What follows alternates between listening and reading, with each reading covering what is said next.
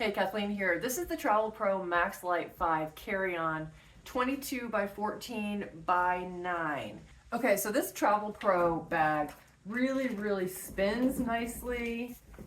It is super light. It is 5.4 pounds, and the handle telescopes really nicely. And although it doesn't have, it's not known to have a computer compartment, it does have a pocket that is large enough to hold my 15.6 computer, potentially even a 17-inch, I'm not sure.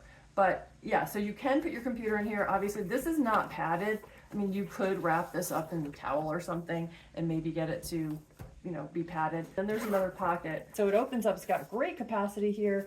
This is extended, so you can see that the extra 2 inches are here.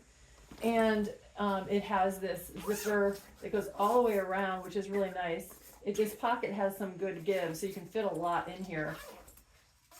And let's see, there's also this pocket. Let's see what we can get in here. Okay, so I've gotten everything in, including my tablet, and let's see if it closes.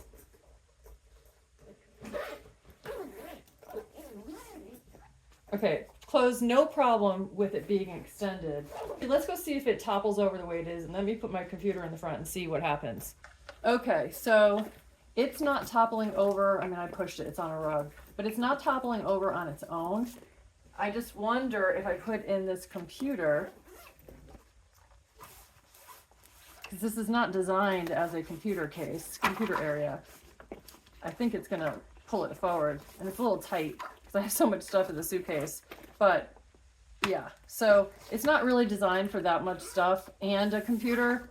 You'd really have to make a decision about how you're using this. So I think it's a great bag because it's light and it does hold a lot, but if you need the computer, you might have to look for a different one or just not pack this one so heavily.